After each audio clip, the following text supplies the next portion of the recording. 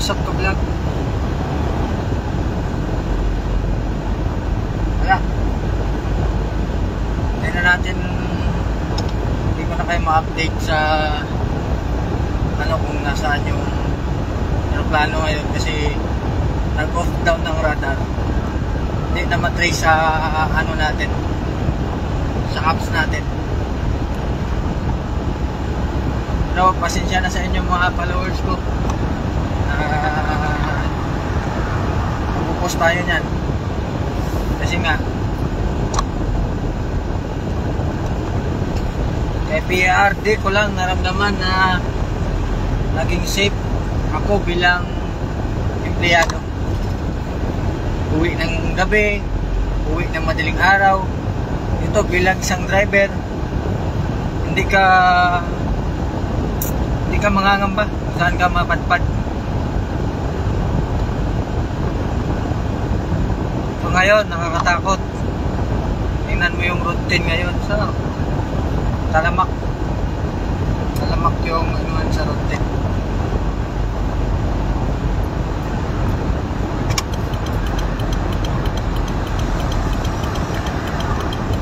Unahin natin yan.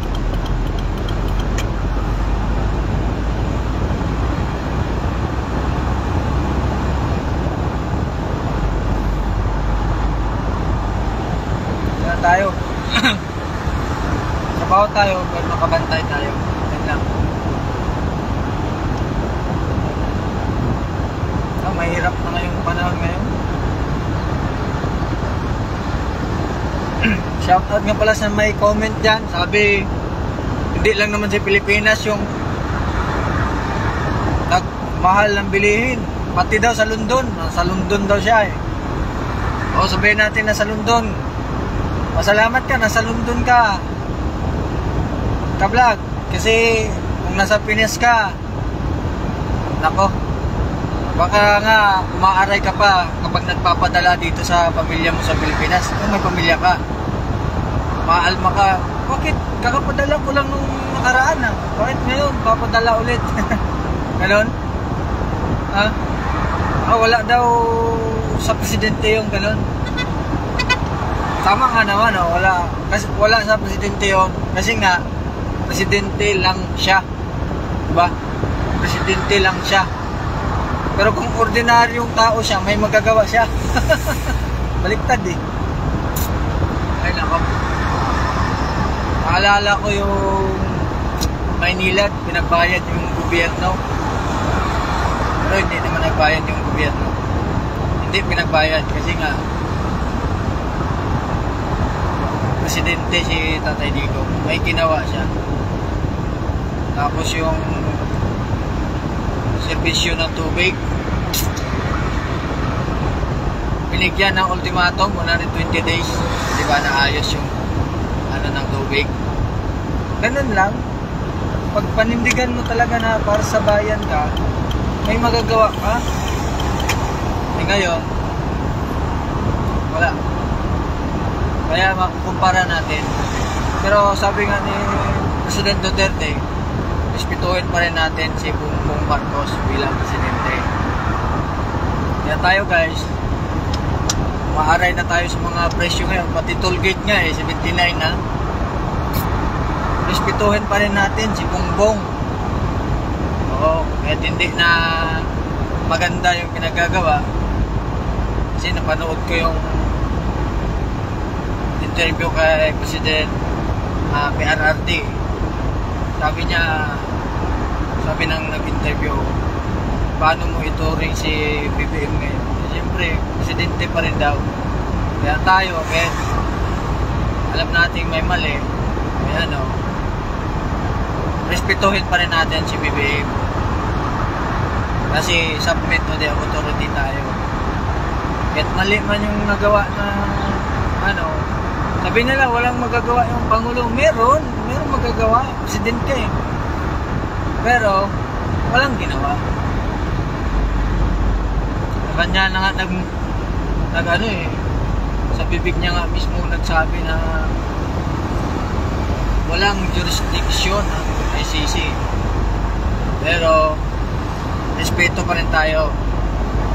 Yun lang, respetuhin natin. Kasi Pangulo yan. Saka, ka-vlog, relax, chill lang naman si PRRD.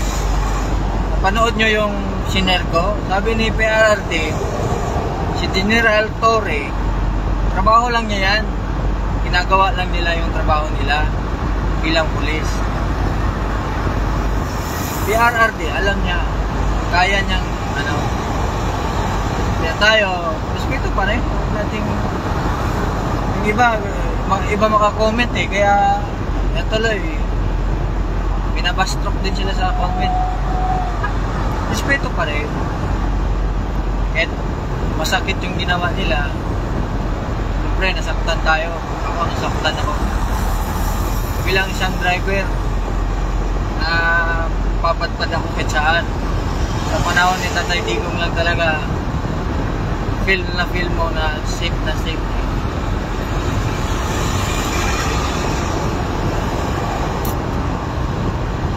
Pag umuwi ako ngayon guys, sa ngayon, naghihintay ako ng jeep. Lalapit sa akin yung mga tricycle. Hindi naman ako sumasakay ng tricycle kasi nga, hindi naman lahat, pero kadalasan, kamuti kasi yan kahit stop na, dire-diretso pa rin yan sila. Yun yung inaayawan ko sa mga tricycle. Pag hindi ka sumakay, nagagalit, nangaharas guys. Aakma pag bubundulin ako. Ganun yung nangyayari. Kasi nga, wala na silang pakialam anong gagawin nila. Kaya kay PRD lang talaga naging safe yung mga Pilipino. Safe pag hindi ka addict. Siyempre kung addict ka, mga involved ka sa drugs, sabi mo talaga hindi safe. Pero kung hindi ka addict,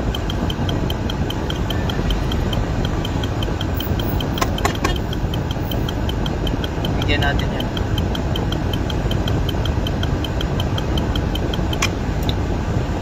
Tollgate tayo. Grabe. Stock up dito.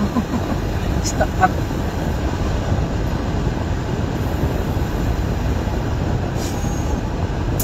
Kaya nga, ngayon,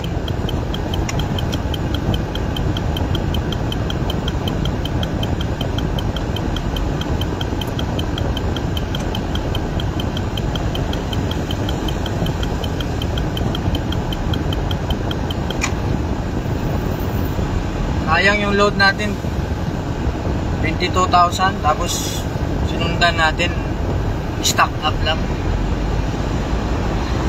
Yan 22,630.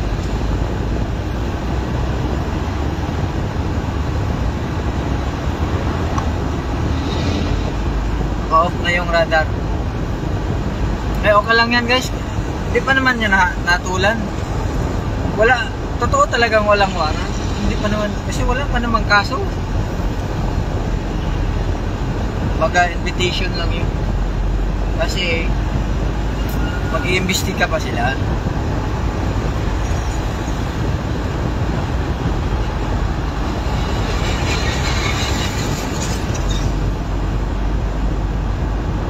Pag napatunayang guilty, doon dito tayo sa NLEX ngayon guys, pa southbound tayo. Okay naman yung NLEX ngayon, wala masyadong sasakyan. Nahanap po tayo ng 80. Loaded tayo, 80 pa rin yung takbo. Ibig sabihin nun, walang traffic. Ayan, Philippine Arena. Salamat nga pala sa nag-send ng star kay Doktora. Salamat, Dok.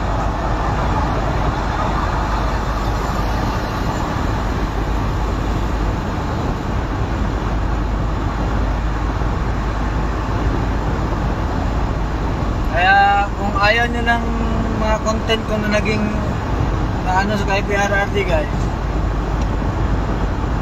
pwede pwede nyo akong i-add follow.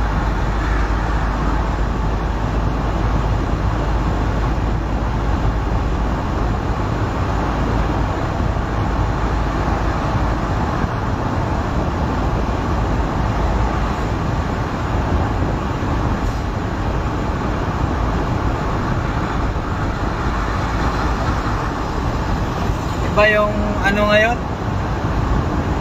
Admin ngayon? Iba. Pag may alam ka, matalino ka, yari ka. Iba yung sa Comelec. Imbis sinabihan sila, winarningan lang sila na kayang ma-hack pag i-connect sa wifi. Nagalit pa. Nagalit pa si Comelec imbis na pagbutihin nila yung nagawa nila, i-improve pa nila yung system. Nagalit na yung Comelec. Iba talaga yung panahon ngayon. May justisya ang mga adik.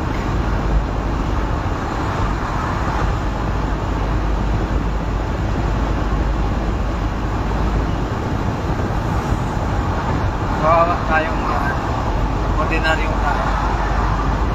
Kaya sila yung batas.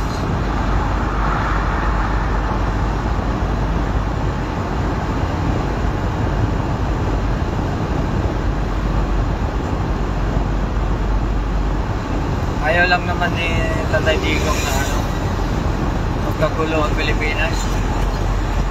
Kaya magkagulo-gulo pa ng sobra. Kaya ang ginawa niya, tumama na lang siya.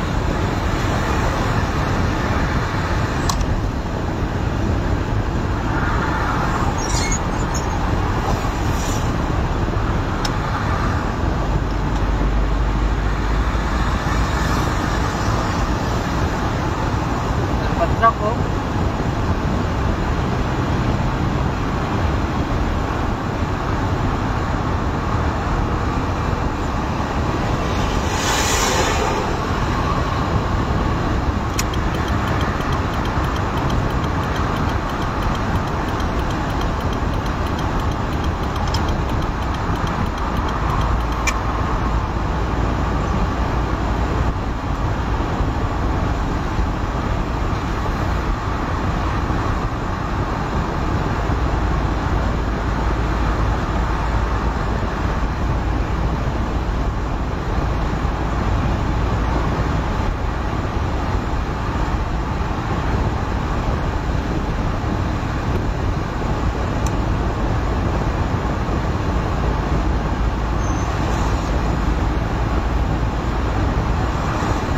Lexus. Lexus. Ang traffic ngayon, guys.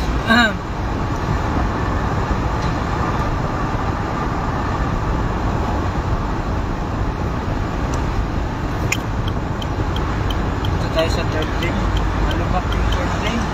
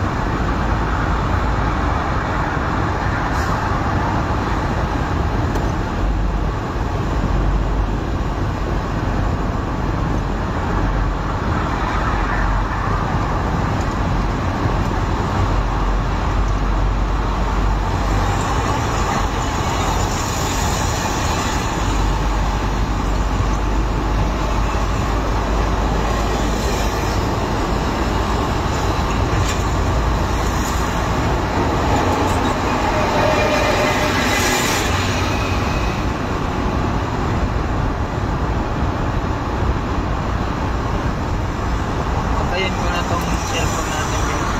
Mag-charge muna